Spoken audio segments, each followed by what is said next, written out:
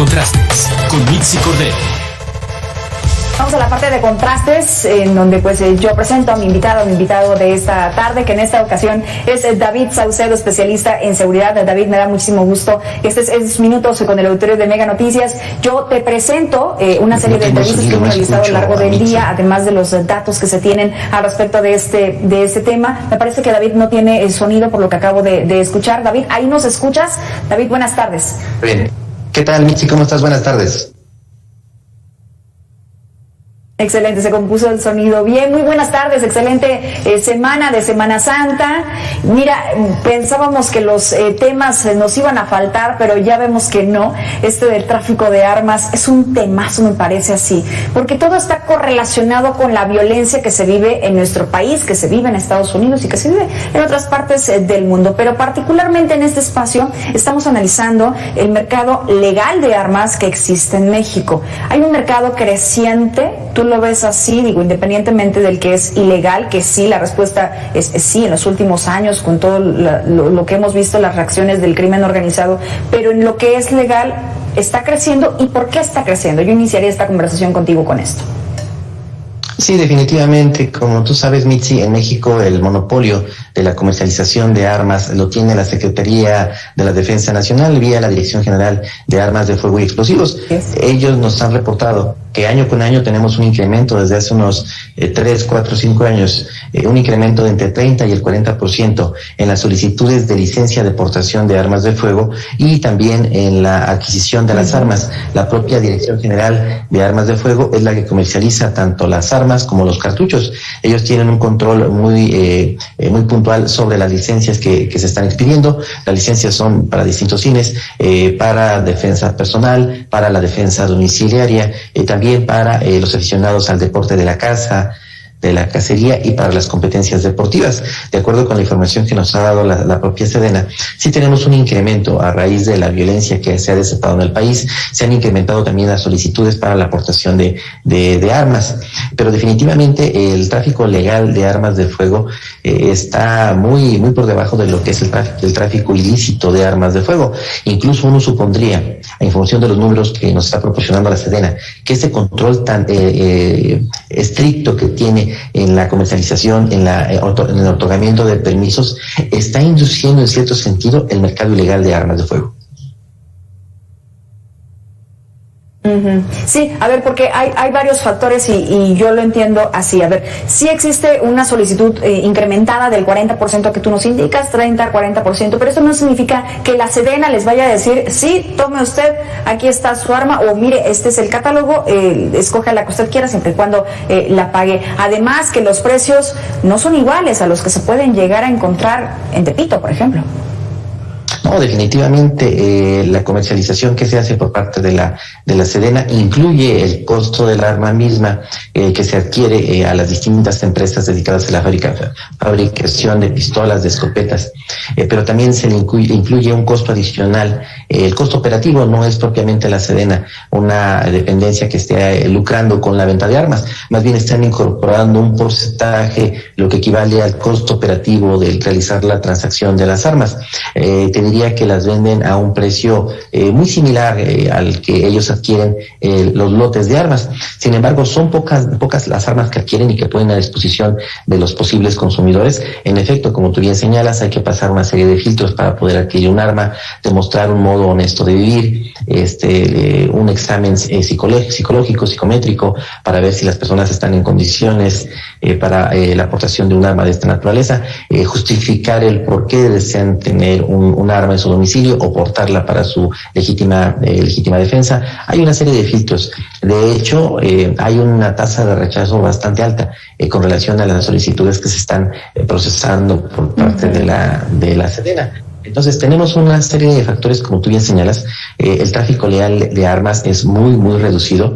La última cifra que nos compartió la Sedena nos indica que tan solo tenía 2.500 licencias de armas, de licencias de deportación en un país de prácticamente más de 100 millones de habitantes. pues es nada. Considero que la Sedena tiene que evaluar la posibilidad de ampliar el mercado de comercialización de armas de fuego para inhibir en cierto sentido lo que tú bien señalas, es decir, que los usuarios se dirijan al mercado negro en los distintos puntos conocidos de todos para poder adquirir armas. Otra desventaja, la Sedena tiene terriblemente centralizada la comercialización de armas en la Ciudad de México. Cualquier persona al interior del país que quiera poder adquirir un arma, obtener un permiso, tiene que hacer el trámite a distancia y obtener una respuesta en cierto tiempo, pero desde las oficinas de la Ciudad de México. Entonces, me parece que todos estos factores, también entiendo la lógica de la Sedena. Busca la Sedena es inhibir evidentemente la circulación de armas para que no haya eventos de alto impacto, para que no se den homicidios, pero en este intento, en este deseo sano de disminuir la violencia homicida, lo que está favoreciendo es justamente el mercado negro de armas de fuego. Sí, caray, es decir, igual, lo entiendo igual que tú, ¿no? Y se necesitan estos tantos requisitos porque así son, porque son necesarios, porque se necesita llevar un control, porque claro, también la Sedena tiene esta campaña de canje de armas por artículos electrodomésticos para desarmar al país, para hacerlo más pacífico, pero pues lo que vemos en los hechos es completamente lo contrario. Lo que vemos en los hechos es una situación de falta de Estado de Derecho, de garantías de la seguridad que no nos los están proporcionando las autoridades, y entonces las y los ciudadanos están tomando pues este tipo de decisiones, ¿no? Y muchas veces toman el camino más sencillo, que es la ilegalidad. Y esto deriva también, David, y con esto me gustaría ir a nuestra el primer inserto que me gustaría que escucháramos sobre el tema de la impunidad que ocurre en nuestro país. Ya lo hemos hablado en otras ocasiones, estos porcentajes altísimos que tenemos en nuestro país de impunidad y que no abona en nada con estas garantías de las que ya he mencionado.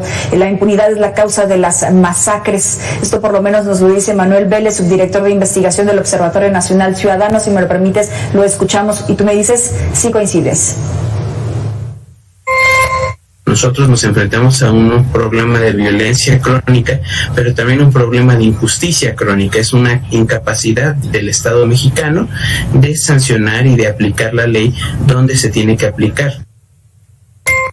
Él mismo, este investigador, este subdirector de investigación de Observatorio Nacional Ciudadano, Manuel Vélez, pues señala que no existen consecuencias aparentes, ¿no? Que como una detención o una sentencia en contra de los responsables, es decir, a los criminales cometen este tipo de acciones y en realidad tienen una puerta giratoria que pareciera es muy fácil matar en nuestro país. Vamos a escucharlo y me dice si coincides.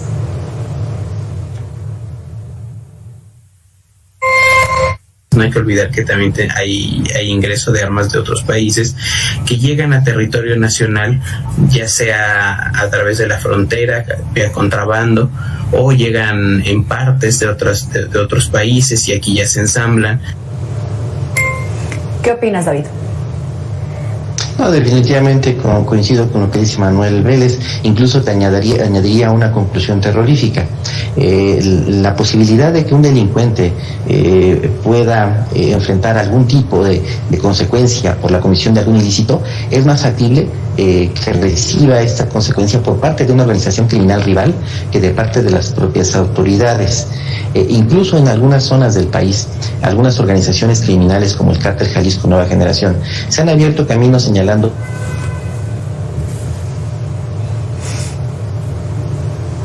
homicida en los estados. Es decir, me pareciera algo realmente demencial que el gobierno mexicano no esté en condiciones de garantizar el Estado de Derecho y que sean los propios criminales los que traten de impartir una especie de pseudo justicia. Y lo peor aún, que sean los ciudadanos los que aclamen y soliciten, que sean los grupos criminales los que realicen estas acciones de ajusticiamiento, que no de justicia. Entonces nos encontramos en una situación de vacío institucional en donde desafortunadamente grupos de macrocriminalidad como el Cártel Jalisco o el Cártel de Sinaloa son los que están atribuyéndose ellos mismos las posibilidades de ejercer este Estado de Derecho que el Estado mexicano no está en condiciones de proporcionar. Oye, déjame ir a este dato del Centro de Estudios Sociales y Opinión Pública de la Cámara de Diputados, que igual hizo una revisión sobre el tráfico de armas en nuestro país. Y ellos señalan que en la última década en nuestro país han ingresado 2.5 millones de armas ilegales. Y esto me hace pensar, como las drogas, no habría venta de drogas si no hay consumidores. En el caso de las armas, hay un alto porcentaje también de consumidores. Sí, definitivamente. Normalmente casi todas las armas que están entrando bajo este concepto son armas que se utilizan para las labores de narcomenudeo, de sicariato, de halconeo. Casi todo el tráfico ilegal de armas está asociado con el crimen organizado. Te diría algún dato que también es inquietante. Me parece que estas cifras corresponden a las armas decomisadas, es decir, a aquellas que fueron requisadas en algún operativo policial. Hay muchas otras armas que evidentemente se encuentran en el mercado y que no van a pasar en ningún momento por el control de las autoridades. Tenemos en el caso del mercado negro de armas un subregistro que no alcanzamos a dimensionar de qué tamaño es, de qué nivel es. Realmente tenemos un reflejo pálido de lo que realmente ocurre afuera en función de los decomisos de armas y en ocasiones también de cartuchos. En ocasiones no contamos con los registros de las armas, pero si tenemos los cartuchos sabemos más o menos a qué tipo de armas pudieran corresponder. E incluso en algunas ocasiones hemos visto eventos de alto impacto en donde nada más por las huellas balísticas que dejan los disparos podemos deducir qué tipo de armas, antes de saber que los narcotraficantes tenían Barrett 50, por ejemplo, este fusil de asalto de alta capacidad. Sabíamos que ya lo tenían, pero no porque los hubiéramos visto o porque tuviéramos los cartuchos, sino por las perforaciones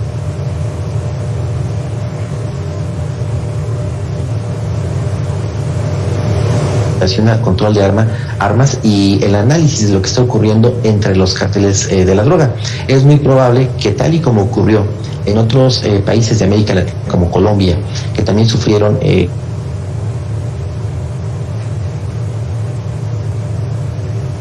con algo más que fusiles de asalto. Lo normal es que los delincuentes tuvieran pistolas, revólveres y escopetas. Después evolucionaron hacia fusiles de asalto, ametralladoras, y poco a poco han ido incrementando su capacidad hasta tener en su poder artefactos explosivos, misiles, incluso ametralladoras de alta cadencia cíclica. Es decir, se tiene que poner un freno al tráfico de armas ilegal, porque la capacidad económica de los cárteles está provocando que estén en condiciones de adquirir armas de alta cadencia cíclica y que incluso supera la capacidad de fuego del propio ejército mexicano. Esto que nos acabas de decir también me parece una de las claves, ¿no? Su capacidad de armamento que tienen esos grupos criminales, y lo hemos dicho, muestra ese pulso de fortaleza que aparentemente tienen los grupos criminales y que supera, tú lo dices, supera en muchas ocasiones incluso el propio ejército mexicano, que se supone debe de ser esta institución la mayor capacitada, con mayor capacidad.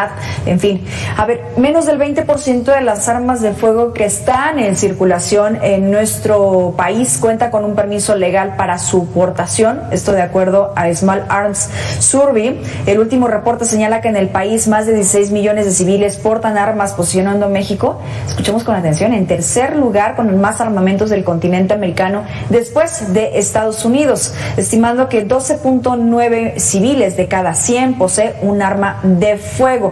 Y particularmente se ha detectado que muchas de estas armas se encuentran en Tierra Caliente de Michoacán. Esto nos dijo Gonzalo Aguilar, él es fundador de Desarma México. Lo escuchamos, David, y tú me dices, ¿qué más se sabe al respecto? Tienen las armas compradas, el pueblo está hasta la madre, y gracias a eso, el pueblo tiene 8,000 hombres armados. ¿Qué opinas, David? Bueno, lamentablemente el caso segundo lugar, México. Lamentablemente en el caso de Michoacán se dio una situación muy desafortunada. El propio Estado mexicano, durante el sexenio del presidente Enrique Peña Nieto, se encargó de proporcionar armas y municiones a los así llamados grupos de autodefensa. Esto incluso en ceremonias oficiales públicas, en donde funcionarios federales les hicieron entrega de armamento, supuestamente para poder enfrentar la marea de invasión del cártel Jalisco Nueva Generación. Se le dio a los grupos de autodefensa un estatus de fuerza representativa beligerante, con la cual el Estado mexicano incluso puso en sus manos esas armas. Cuando se da un paso hacia atrás y se revira en esta decisión, no hubo una campaña para recuperar todas esas armas que el propio gobierno de México les entregó. Muchos de estos grupos no eran campesinos ni ganaderos que estaban defendiendo sus tierras. Sin duda, en efecto, había personas que estaban en esta condición, que estaban tratando de defender su patrimonio. Pero muchos otros, más bien, eran grupos de sicarios que formaban parte de algunos de los grupos del narcotráfico de Michoacán, que estaban más bien tratando de defender su territorio de otra organización criminal que estaba tratando de invadirlos. Entonces hemos encontrado ya en el caso de Michoacán, de Guerrero, también de Oaxaca, cómo las propias autoridades, un poco prescindiendo, dejando de lado la labor que les corresponde de proporcionar seguridad, entregan a la población civil armas, y ellos mismos provocan esta situación de proliferación ilegal de armas, porque además se trata de personas que no están calificadas para el manejo de las mismas, que además no necesariamente tienen el perfil, me refiero al perfil psicológico para portar una arma. No cualquier persona puede utilizar un arma ni tampoco portarla, porque se entiende que tiene que tener el control y equilibrio para poder hacer uso de ella en situaciones de estrés. Y lamentablemente en estos estados del país tan violentos como Michoacán, Chiapas, Oaxaca, es muy frecuente que haya eventos y conflagraciones, movimientos sociales, en donde es factible que de las palabras pasan a las manos y de ahí a las armas. Es decir, me parece que se tiene que hacer una evaluación por parte del Estado mexicano. No podemos hacer saltar de un extremo al otro. Un control tan estricto de la venta y de la entrega de permisos y una entrega indiscriminada de armas, me parece que son los dos escenarios más radicales y opuestos en los que lamentablemente ha incurrido el Estado mexicano. De negar prácticamente la entrega de armas y de permisos de portación a la entrega indiscriminada de armas, nunca hemos encontrado el punto medio, Mitzi, para que la sociedad pueda sentirse segura y en su caso hacer uso de un derecho constitucional que está plasmado en la Constitución, de que los ciudadanos pueden tener un arma en sus domicilios para poder defenderse ellos, a sus familias y su patrimonio. Pero creo que hace falta una discusión más amplia con respecto a esta problemática que estamos comentando el día de hoy. Yo sí soy un partidario de que se quiten parte de las restricciones, no todas evidentemente. Pero no sé para si la David aportación de armas de fuego. está hablando, no lo estoy escuchando. El equipo de producción, si me puede apoyar. No estoy escuchando, discúlpeme, es un error en la comunicación. Yo sí te escucho, Mitzi, ¿eh? Yo sí la escucho.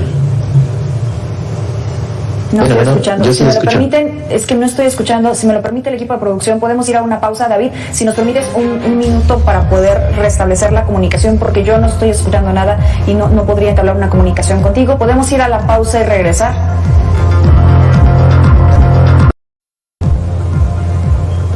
Ya estamos de regreso con más de Mega Noticias MX, ya pudimos restablecer la comunicación. David Saucedo, nos decías hace unos momentos. Sí, te comentaba que en México hemos saltado de una posición extrema a otra. La primera fue el control muy estricto en la comercialización de armas de fuego por parte de la Sedena y la entrega de permisos.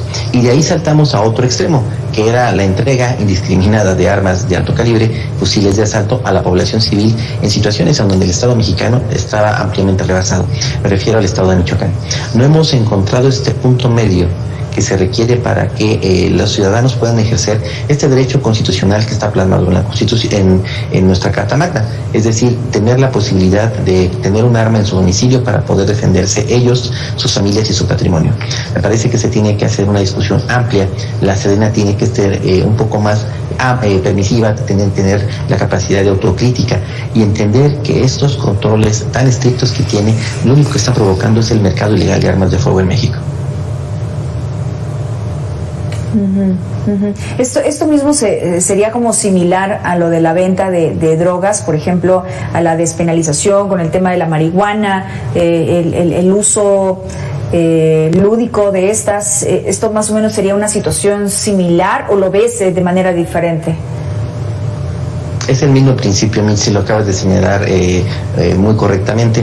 Es imposible impedir que circulen las armas en un país tan grande como México, con el tamaño de la población que tiene. Entonces me parece que se tiene que liberalizar la circulación, la venta, pero bajo algún esquema de restricción, sin llegar a los extremos. En efecto, lo ideal sería que no.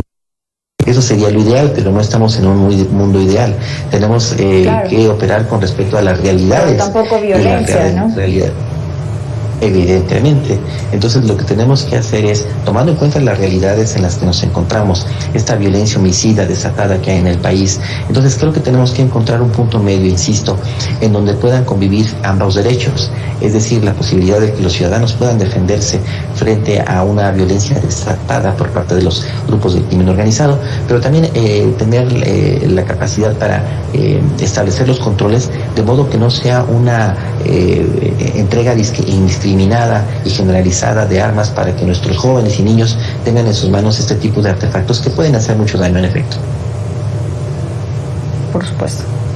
Por supuesto. Ya nada más, por último, David, si te parece bien, vamos a escuchar lo que dicen las ciudadanas y los ciudadanos respecto a la aportación de armas, si están de acuerdo o no. Y fíjate, bien interesante, mucho de lo que dicen los propios ciudadanos es parte de lo que tú mismo nos has dicho. Esta misma incertidumbre que tenemos todos es lo que estamos sintiendo. Lo escuchamos.